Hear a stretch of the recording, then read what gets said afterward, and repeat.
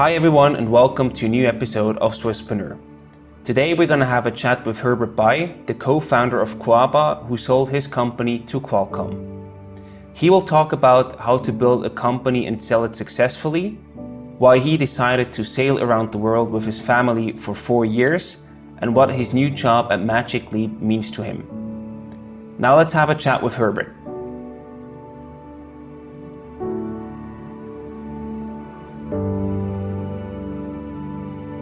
Before we get started with the episode, I would like to introduce you to SBB Startup. If you think that your company is a good fit for the Swiss Railways, get in touch with them or learn more about their startup programs at sbbstartup.com. Herbert, it's really great to have you on the show today. Very warm welcome and thank you for taking the time. In 2006, you started your first company, Kooaba, an image recognition platform. And before that, you worked your first job at a corporation, IBM. What made you an entrepreneur? Why did you choose to go down this path? Well, it's a classical path for ETH entrepreneurs, maybe. So you start with a product without a market, right? Or technology looking for a market. But actually it was more like a vision. So we had that vision that you're going to take pictures from your mobile phone and the camera is everywhere, right? So having an object recognition algorithm plus a phone with a camera makes something really powerful. Mm-hmm. So we thought of taking the opportunity and looking what's possible with that technology. Awesome. And then during your PhD studies, you started to develop an algorithm about creating a solution around that, right? Yes, exactly. That was during my PhD where I developed a technology called SURF, which is currently gold standard for a lot of other object recognition or 3D reconstruction algorithms. So we took the technology and tried to see what we can do with it. The vision was to building an object recognition engine, actually also getting information, for example, about a building. So imagine you're traveling, you're standing in front of that amazing building. You don't know what it is. You'd like to know more about. You cannot even Google it because you don't know the name, right? Exactly. So what's the closest fit is to just take a picture of it and then know what it is. So I can imagine, developing the technology with your algorithm is already a pretty, difficult task to do. But then you actually also started a company out of that with the technology. How did that go? Was ETH very supportive there? And what actually made you decide to start a company with the technology that you just developed? Well, again, the decision came from the vision basically we had, and there was really at the right time, I guess, to do that.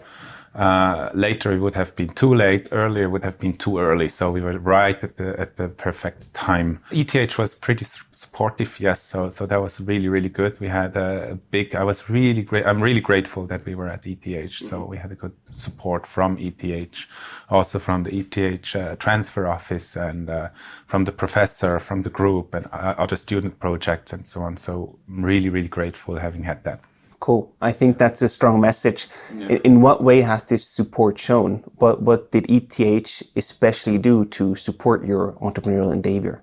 So first of all, when financially was pretty hot, so I could work for ETH. Of course, I had to do some other things, also like reviewing papers and supervising students. But it was good that at least I had some kind of base salary paid.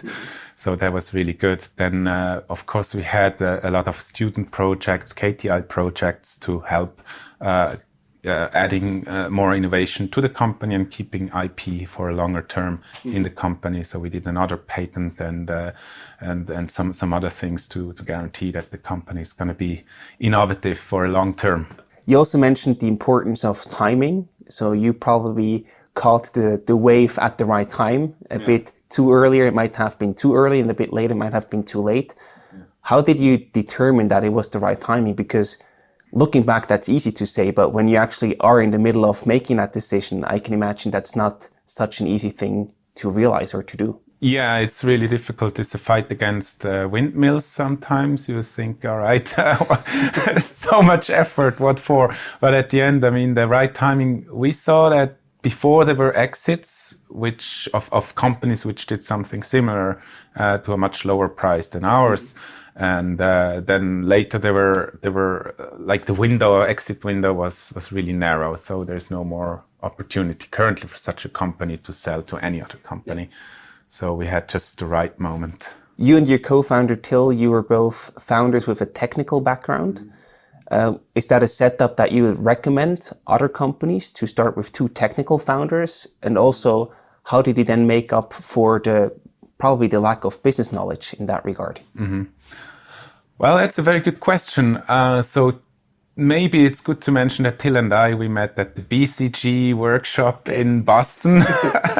So they at the time they were looking for new hires, and they did some recruiting event with ETH, and so I just applied, and they picked some like high potentials or whatever. And then we were both at that same workshop, which was pretty cool. And then one day after, so that gives you a bit of the economic background when you participate there. It's like a really micro MBA. Sure. But then at some point we met in the corridors of ETH, and it was pretty cool. And from the background, I guess Till is I say he's an entrepreneur. He started earlier. He had already his web development company, which gave him already some economic background. And I had my time at IBM, which also helped me to get some of the notions about economics. But I think we're gonna probably talk about this later. But maybe as a founding team, would be good to have a designer. A developer, and some entrepreneurial spirit. Someone who can sell a product if you have to selling sell it. And a bit multitasking something. Yeah. Cool. Yeah. Don't know if that makes sense. I think that's a good message and also a good number to strive for with the roles that you just mentioned. Yeah. Then in 2010, you raised $3 million for your startup from Swiss investors. What milestones did you have to achieve in order to get to that funding? Well, we just raised the money. I don't know. So it was so easy, you just did it. No, I don't know. There were no really milestones coupled to it, but there was a revenue-based milestone, and so I don't want to go into the details, but basically, yeah, we raised the money, and that's it, right? But at what stage was the company? Were you already creating significant revenue, or did you have fast growth?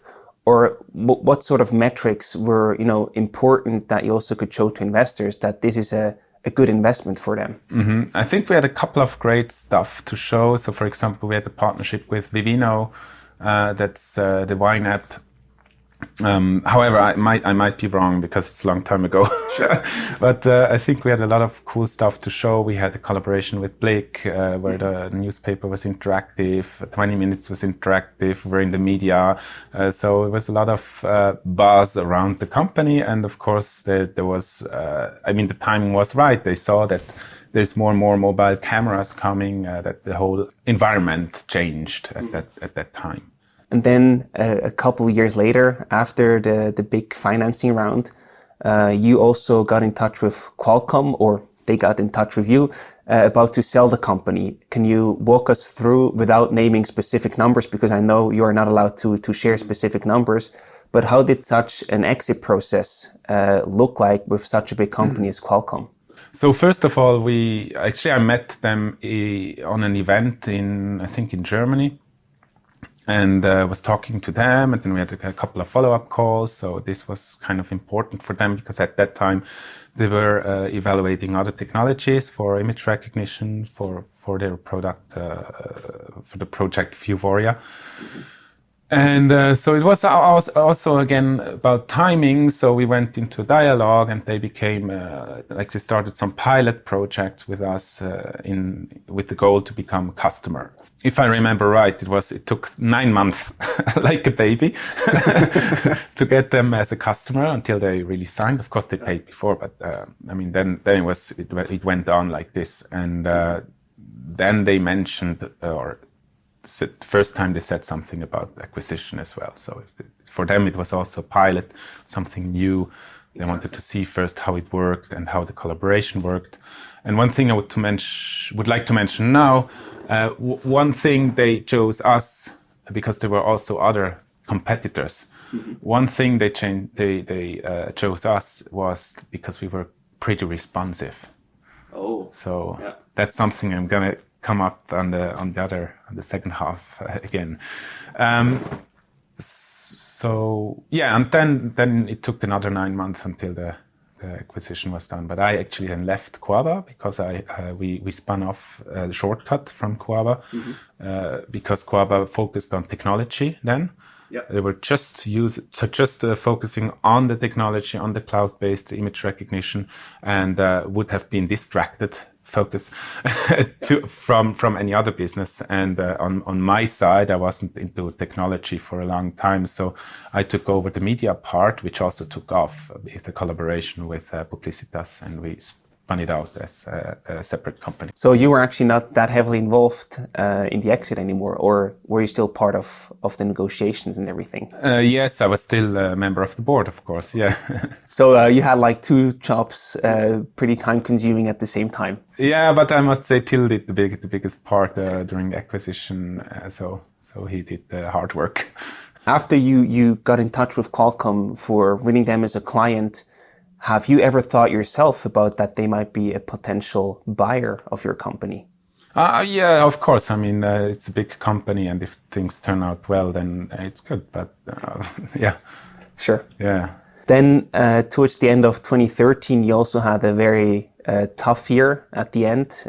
Your wife Asma had a stroke, and you also were fully invested in Kooaba and Shortcut Media afterwards. And you were basically left with 50 francs on your bank account after Christmas Eve that night. So how did you deal with these really, really tough times where everything seemed to fall a bit apart, while only, the acquisition was probably the light at the end of the tunnel? You knew that's coming within the next months. How did you deal with that situation? That must have been really, really difficult, I can imagine. Yeah, to be honest, it's tough, but it's not that difficult. I mean, of course, I also had an income, but at that time, Christmas was just 50 francs, and it was pretty cool to see. But I mean, as a young family father, then you have to pay daycare, apartment, etc. So it's a lot, and with a startup. With a startup income, it's quite difficult to actually cope with that. You have all the shares, right, on the side, but it's not liquid asset. It's not liquid asset, yeah. But well, I don't know. It was the way it was, right? So we then decided to go anyway, whether there is acquisition or not. And but of course there was the acquisition which was in front of us, and we you never know before the money's not in bank account, right? Yeah. But after all, maybe I should say that. But after the money was on the bank account, I was really, really sad. So it was like selling your baby, right? How did that feel to you? You mentioned that you felt sad. Yeah. Where did that come from? You were sort of emotionally also attached to something that you built up, I imagine. Yes, obviously. I mean, naturally, somehow you get attached to it, and you spend so much time into it, and it's such a long story. And I was looking back at the beginning where it all started, and then finally sold. And yeah, it's sad. It was a sad time. Yeah. Because you probably also enjoyed the ride and had a good time together. Yeah, it was fun. Yeah. After you sold the company, you decided to go sailing on a yacht. Something that you already mentioned to your wife Asma when you first dated her, if she could imagine doing something like that. What made you go to a sailing trip after selling your company? Others would probably just go on the beach and retire. What was your motivation or intention behind such a trip with two young kids? Well, just to be correct before I answer this, the decision was before we sold. So the decision was made anyway, we're gonna go, because you only get, you only live once, right? That's right. I mean, it has always been a topic, I think, after you already mentioned on the first date. Yes, so for me, it's in my head since I can think, actually, to since I can remember anything. Probably also because of your family, because I think your grandfather was also going abroad as a mechanic, and your mom also lived abroad for a couple of years in the Caribbean. Yeah, exactly. Maybe when I looked at the bit nice pictures of the sandy beaches. Yeah, I don't know. Yeah, well, yeah, as I said, I mean, the dream was always there, and I think at some point you just have to do it. Mm-hmm. I mean, regardless, you cannot wait eternally. Just at some point you have to do it, otherwise you never do it. And the kids were just the perfect age, so before school, and when not then, so when would you do that otherwise? Yeah. So you would also have gone to that trip even if you hadn't sold your startup? Yes. And then you sailed from Europe to New Zealand in 4 years. Yeah. In what way has this long and also intense trip changed or influenced you? So maybe one answer. I stopped worrying on that trip. About what? About anything. so I was like on the Atlantic Ocean, I was getting crazy with my own thoughts, because I thought about, what if the mast breaks, and what if the rudder just goes away? What if we hit the container and we just go down, like we sink, and with the kids, and what happens? I mean, the mast breaks, all right, we can live with that, but if it falls on my wife or my kids and everything, and then the kids just didn't care about this, they were just fine, and played Lego, and then they had different problems because they couldn't find the black Lego piece, mm-hmm. and asked me to help them find, and at the end I thought, okay, I'm really spending a miserable time worrying all the time. Mm-hmm. So why do I not stop it? So I think I just stopped then worrying, and don't worry anymore. Don't worry too much. Yeah. I mean, I think that's a remarkable thing that changes, because it puts a completely different perspective on your life, I can imagine. Yeah. Is that something that you still have today, that you sort of took away from that trip? Or once you're back, in a regular environment in Switzerland, does that change back to the old worrying part again? I'm scared like hell now. No, honestly, I mean, it stays.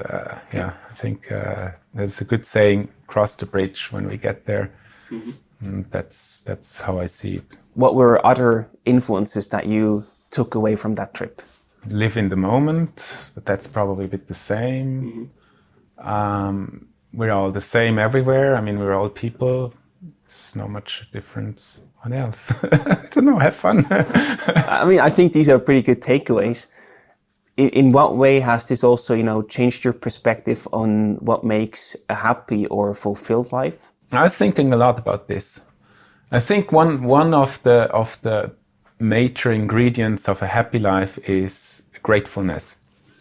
So most people somehow feel unhappy because they think, oh my God, my friend has more salary than I have, and they have a bigger car, and what if? And they make their life really, really sad like this, instead of just saying, wow, I'm so happy that actually we have all this. When we crossed the Pacific, before we spent some time in the Caribbean and in Costa Rica, we never had really good cheese.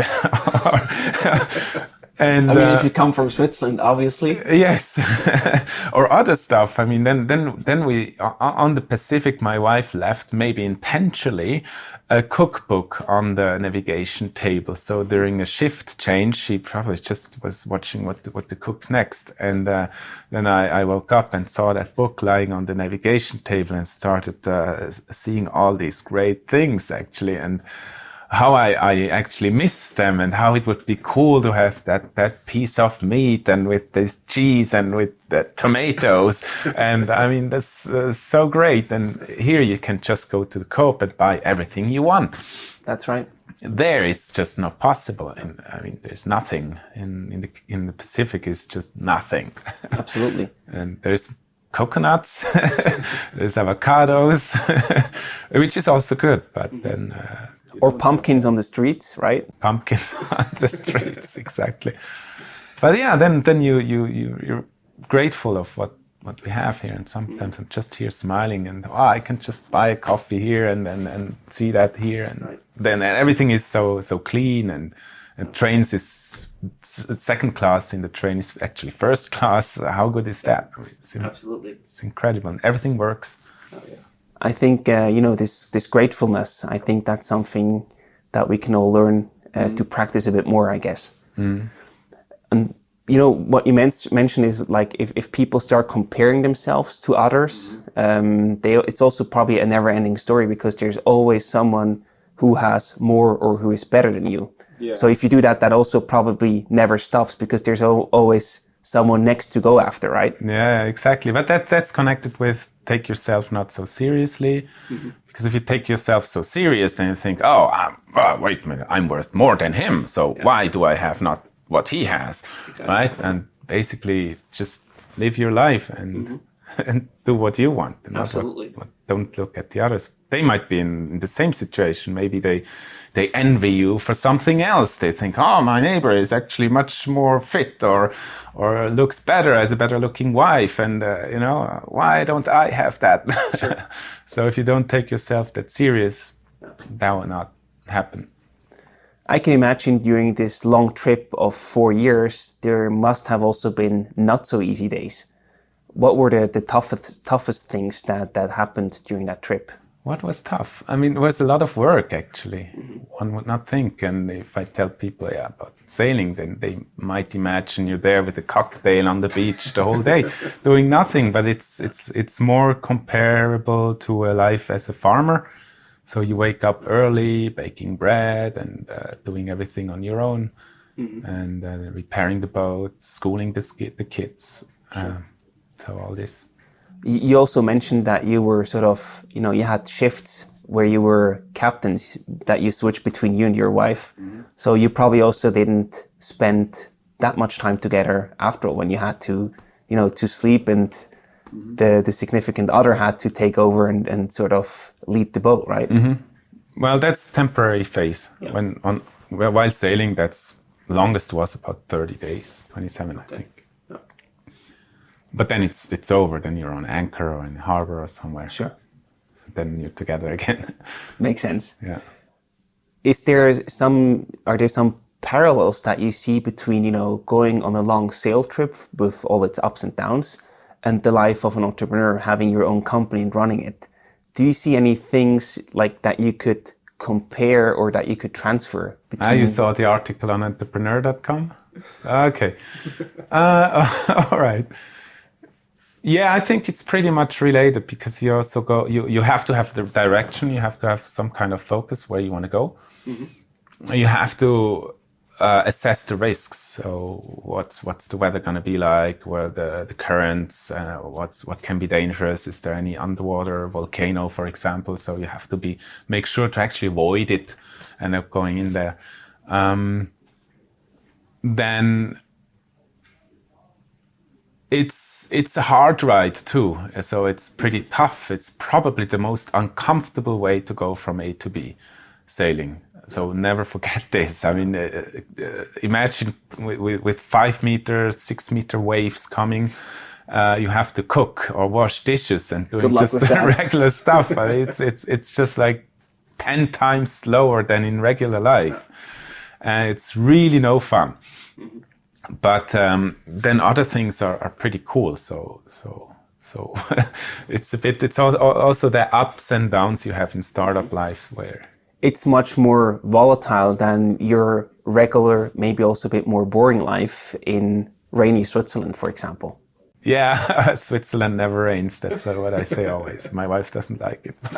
Okay. I think it never rains here. Except now. Not really. Is it raining? I mean, maybe snowing, raining. Yeah. While you were traveling on your boat, you were still creating apps, and you were also still chairman of Shortcut Media, your second company.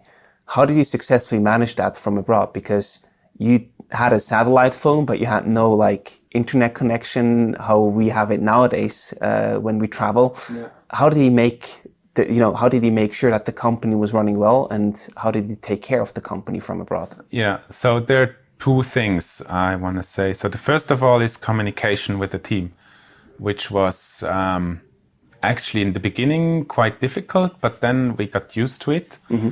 So I made myself more dispensable, and so it's basically a question about creating processes and responsibilities within the team. That's the majority or the most important thing. Once it happens that we had a kind of a bug, and we just left Bora Bora for 5 days on sea, mm-hmm. and to go to Palmerston on Cook Island. And then when I had the first chance to go to the internet, I saw like my inbox with 5,000 emails, something like this. It's just nothing was working at all. I could have just avoided it by testing before leaving, but I was there. Oh, it's working.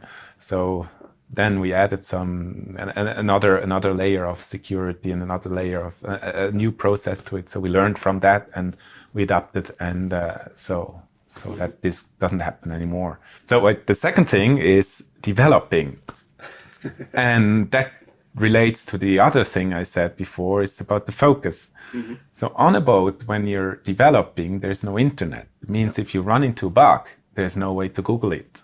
Right. But you are forced to understand what's actually wrong. You are forced to actually read the error message, which stands there. You're forced to go into the header files and look and into the code to see what can be wrong. Mm-hmm. And I actually saw that it took about the same time, if not shorter, to solve the problems that way than going to Stack Overflow and just Google it. Mm-hmm. That would be my follow-up question. Were you more productive while coding on your own on the boat without any internet connection and interruption? Yeah, I guess so. Yeah. So that really helped without interruption. So I woke up very early before the kids, and then so I could work. That makes sense. Without interruption. Yeah. Then after 4 years on the sea, you arrived in New Zealand, and at a certain point you had to decide whether to stay there and probably stay there a bit for the longer time, for long term, or going back to Switzerland. How did you make up that decision? Yeah, that was a difficult one. So we were back and forth between the two. So New Zealand is actually like Switzerland, but with the sea. And often I hear people here saying that actually Switzerland would be perfect if there were a sea. So you can imagine in what context we were. You go to New Zealand, but New Zealand, I mean, nothing is like perfect. It has to be right for one for yourself. Mm-hmm. New Zealand is pretty cool, but if you're a tech entrepreneur and tech guy, it's not so cool because there's not so many opportunities. Of course, I could do something on my own, right? But then, it's actually pretty difficult. Then also family and friends, we missed them after 4 years. We didn't see them in between. We never went back to Switzerland. We went to Silicon Valley, where we saw a lot of our friends actually were there. I lived closer to Till than before in Switzerland, in Zurich, which was pretty cool. So we did some cool stuff together. But yeah, then at a certain point you decided to go back to Switzerland. Yeah. And with that moving back, there was also a professional change for you. You started working at Magic Leap afterwards in August 2018. Mm. That sort of came also with a big change, because before you had your own company, you were a founder, and now you moved back to Switzerland and you are now an employee and not a founder anymore. Mm. What made you join Magic Leap? What attracted you basically? So first of all, I'm a big fan of Magic Leap since I knew about them. I think and AR, of course. I mean, it started from AR as well. It's one of my passions. Then I contacted Alex to know a bit more about how he's feeling now and so on. Actually, I didn't think of anything else, just wanted to know how he's going. And then somehow it went together then. And then, so now I joined Magic Leap. And to your question from CEO to employee, it's more like a relief. In what way? It feels like a relief. So that was one of the interview questions. How do you feel then from CEO to employee that suddenly you have a boss? Yeah. But actually, it's the other way around. As CEO, you have bosses. You're not on top as a CEO. You're all on the bottom. You have to serve your employees, basically. You have to serve not only your employees, you have to serve your customers. Right. You have to serve your shareholders and the board. And so you're really right on the bottom. And yeah, of course, you're free to choose when you work your 18 hours a day, but you're free to choose, right? So as an employee, you have one boss and, well, still maybe a lot of work, but not as much as an entrepreneur. And you also recently piloted a virtual physiotherapist with a health insurance company in Switzerland. What else can we expect in that regard? Because Magic Leap is a US-based company. Alex, that you mentioned, who co-founded Dakuda, sold Dakuda to Magic Leap and is now working there. So what have you guys planned for the future? Of course, what you are allowed to say. Yeah, so there's a lot of very exciting things coming that I can say. It's pretty cool. Just keep your eyes open. It's going to be amazing. Before we sort of wrap up the episode, we have our regular questions that we ask our interviewees. I would like to start with the first one. Are there any tools or gadgets that you use on a regular basis that you can recommend to others? In what context? For your personal life, that makes your life easier or more productive, basically. So personal life or professional life with productive? We can take both. Depends on your favorite. I think actually I was a lot into tools at a certain time.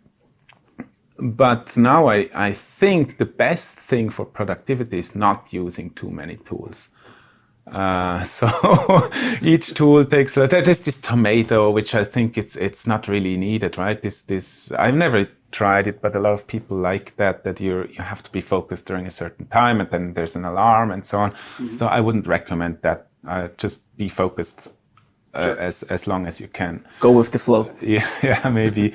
One thing I'm working, it's probably the app I use more than anything else, is Things. I started with it when I started the Getting Things Done back in 2000. I know what it was, 2009 or something. And I'm sticking to it ever since. So it's my to-do list. A to-do list is I don't know, I cannot imagine living without a to-do list. Yeah.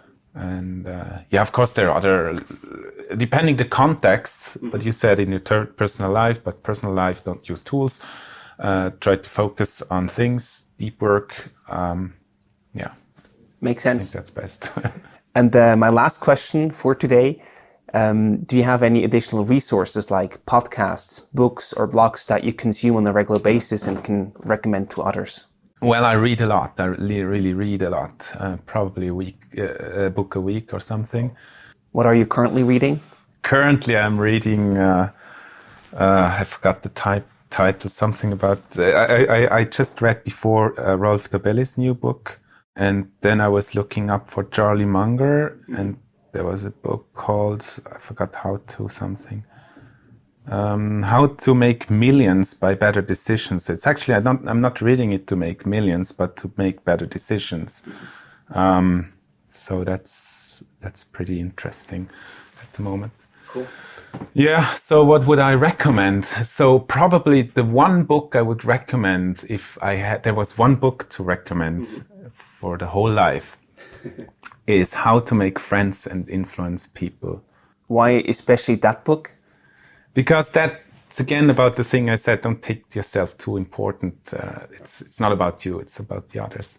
It's really a good book. The title is very, very, very bad. Very badly chosen. I agree. So you agree? Okay. But the book is really great. I think that's a wonderful ending point. Herbert, thank you so much for taking the time to have a chat with us today, and lots of success with all your future projects that you tackle. Thank you very much for listening to this episode of Swisspreneur. If you have any feedback or points we can improve, please let us know and send us an email to info@swisspreneur.com. If you liked what you just heard, please make sure to follow us on social media and sign up for our newsletter at swisspreneur.org. See you next time.